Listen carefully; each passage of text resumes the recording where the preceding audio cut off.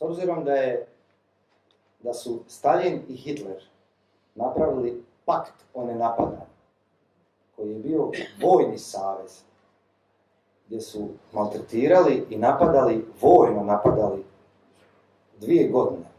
Su oni vojno djelovali, Hitler i Stalin. Pa su skupa napali Poljsku, vojno, pa su skupa napali Rumunjsku, pa su napravili sfere interesa, znači podijelili su cijelu Europu. I to ne izmišljam ja ovo, ja sad u trenutku govorim iz glave, a postoji dokumenti. Znači 2 godine Hitler dobiva naftu i sirovine, znači dobiva aluminij, dobiva opremu, materijal od čega će on raditi na oružanje, dobiva 2 godine naftu za svoje tenkove, za svoje haubice, da može gaziti ostale.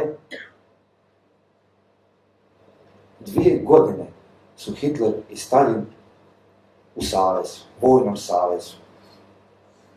22. lipnja 1941. godine Hitler prekida taj vojni savez i pokreće operaciju Barbarossa, to jest napad na Rusiju. 22. lipnja 1941. godine, kada je raskinut vojni savez između fašiste Hitlera, on kaže nacista, jel, ali ajmo, lakše mi je, između fašiste Hitlera i fašiste Staljina, naši pederi odlučuju otići u Brezovica, jel tak se zove ta šuma, i pretvoriti se u šumske pedere. Jer su 2 godine on podržavao Hitlera. I nije im smetao, to im nije smetao. Hitler im tad nije smetao. I oni su tada pobunili se protiv Hrvatske države, oni se nisu pobunili protiv vlasti. Jer meni ako se vlast ne sviđa, to nema veze sa državom, ja ne rušim državu. Ja nisam zadovoljan bio ni sa prošlom vlasti, ni sad sa ovom koja je na odlasku, ali nisam zato da se ukine Hrvatska država i da se pripoji Mađarskoj ili Italiji.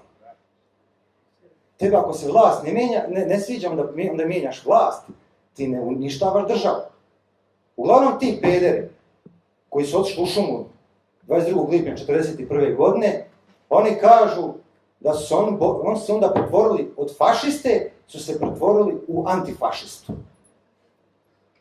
Jer je Hitler ostao fašista, a oni su se pretvorili u antifašistu. A do tad su bili skupa.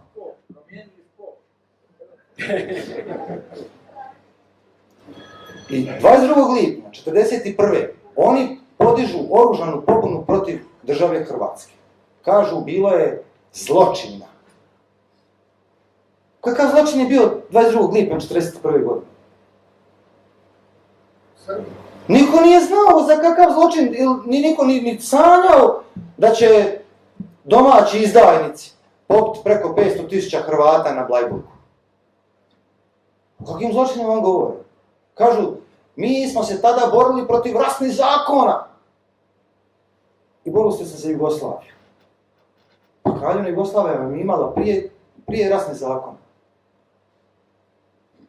Osim toga, neki dan sam čuo da NDH čak nije imala rasne zakone, nego da je imala zakonsku odredbu.